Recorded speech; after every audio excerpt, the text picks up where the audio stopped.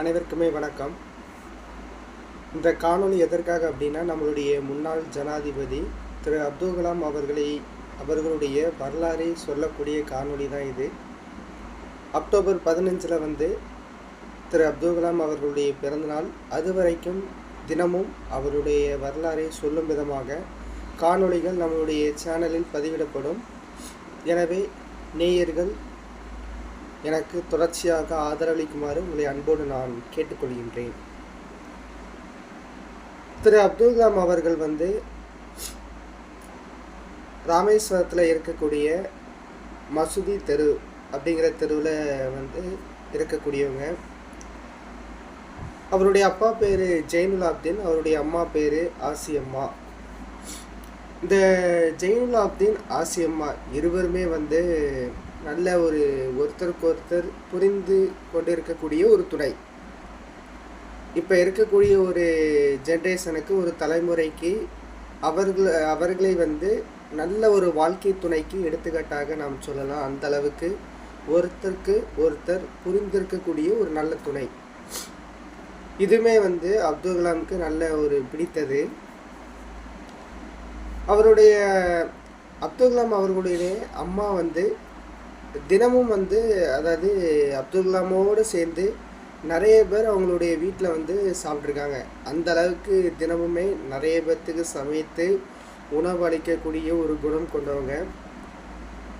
அப்துல் கலாமுடைய அப்பா ஜெயினுலாப்தீன் அவர்கள் அவர்களுக்கு ஏற்கனவே ஒரு தோப்பு ஒன்று இருக்குது.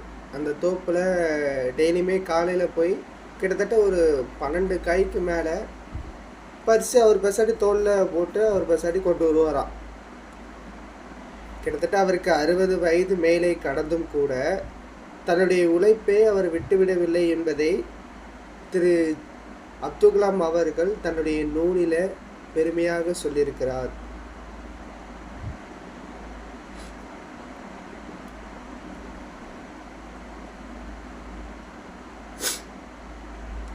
அவருடைய ஆசிரியர் சிவசுப்பிரமணிய ஐயர் அதாவது பழைய அந்த நடைமுறைகளை அதை எதிர்க்கக்கூடியவர், தேவையற்ற நம்பிக்கைகளை எதிர்க்கக்கூடியவர்.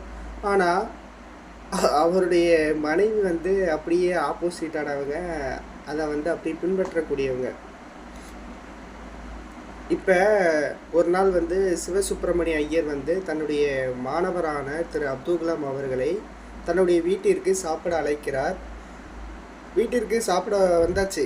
வந்த பிறகு இப்போ இவருடைய மனைவியானவர் சாப்பாடு பரிமாற மறுக்கிறார். யாருக்கு? அப்துல் கலாம் அவர்களுக்கு சாப்பாடு பரிமாற மறுக்கிறார்.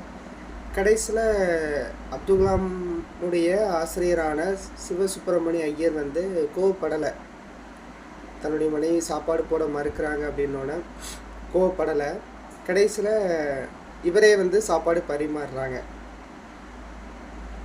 அப்துல் கலாம் ஆசிரியருடைய மனைவி என்ன யோசிக்காங்க அப்படின்னா, ஒரு முஸ்லீம்க்கு தான் பரிமாறவா அப்படிங்கிறது அவங்களுடைய யோசனை. இப்போ கடைசியில் கிட்டத்தட்ட ஒரு 2 வாரம் கழித்து திருப்பியும் அவருடைய ஆசிரியர் கூப்பிடுறாங்க, வீட்டுக்கு சாப்பிடவான்னு கூப்பிடுறாங்க.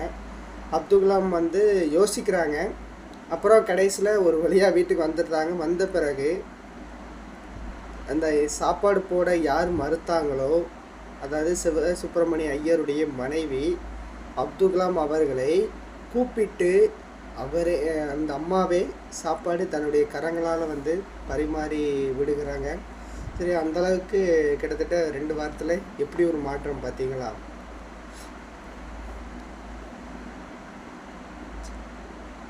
இதோட இன்னும் அடுத்த காணொளியில் அவரை பற்றியான கூடுதல் தகவல்களை தினமும் நான் உங்களுக்கு தர தயாராக இருக்கிறேன். நீங்கள் எனக்கு தரக்கூடியது என்னுடைய காணொளிக்கு ஆதரவு மட்டும்தான். தொடர்ச்சியாக ஆதரவு கொடுங்கள். அடுத்தடுத்த காணொளியில் பார்க்கலாம்.